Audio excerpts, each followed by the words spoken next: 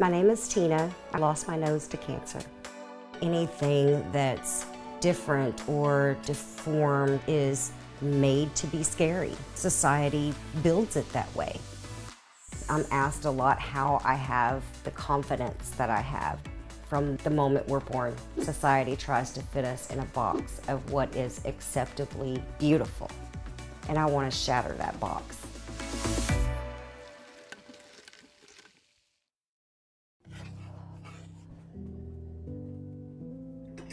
I was diagnosed with stage 2 nasal cancer in May of 2014. When I found out, I was devastated, just terrified. They wanted me to have radiation. The risks were quite profound. There was a great risk to my eyesight, risk to my brain, my saliva glands. I could have ended up on a feeding tube for the rest of my life. There's got to be another way. My best chance to be cancer-free is to have the full rhinectomy.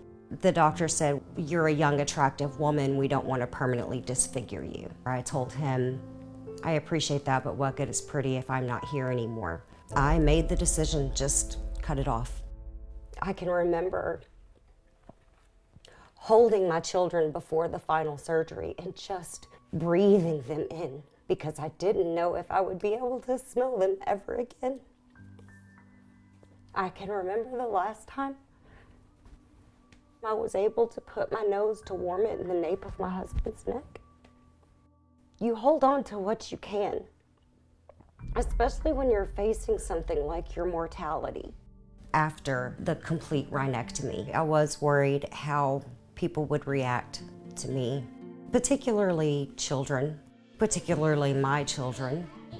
The first time our youngest son saw me without the gauze, he turned bright red, started trembling. And he said, "Oh my goodness, Mommy, what happened to your nose? You need to go see Dr. Connor right now." Dr. Connor is his pediatrician. When he said that, laughter through tears. I'm sorry. I do put up a brave face, and I do feel strong, and I do feel brave, but I've had to fight for that. People say, "Well, how are you so confident?" Because I fought dang hard, and I'm alive. Nothing's more beautiful than alive. I'm pretty excited today. I'm going to meet my daughter, Christina, out for lunch. Hey, are you ready to go? I am. Let me grab my jacket and my purse.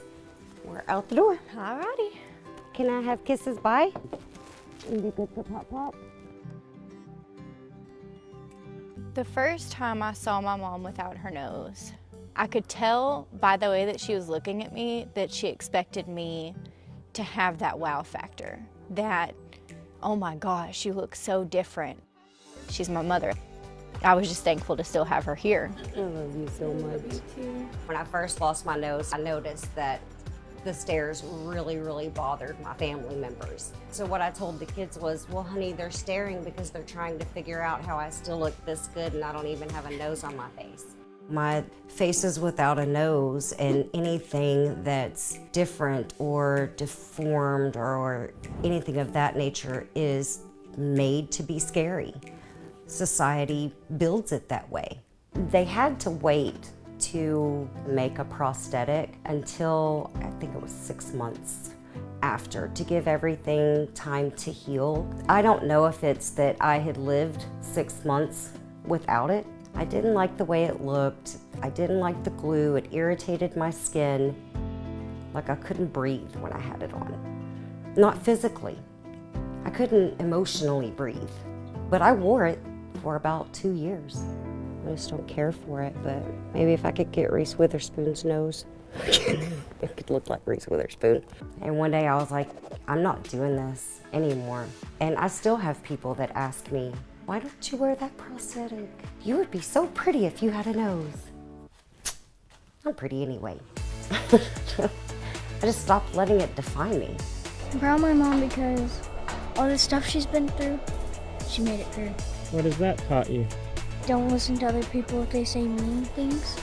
I do get a lot of comments, though, where people are telling me how they're inspired by my bravery to put myself out there and no prosthetic. No conforming to what the world deems beautiful.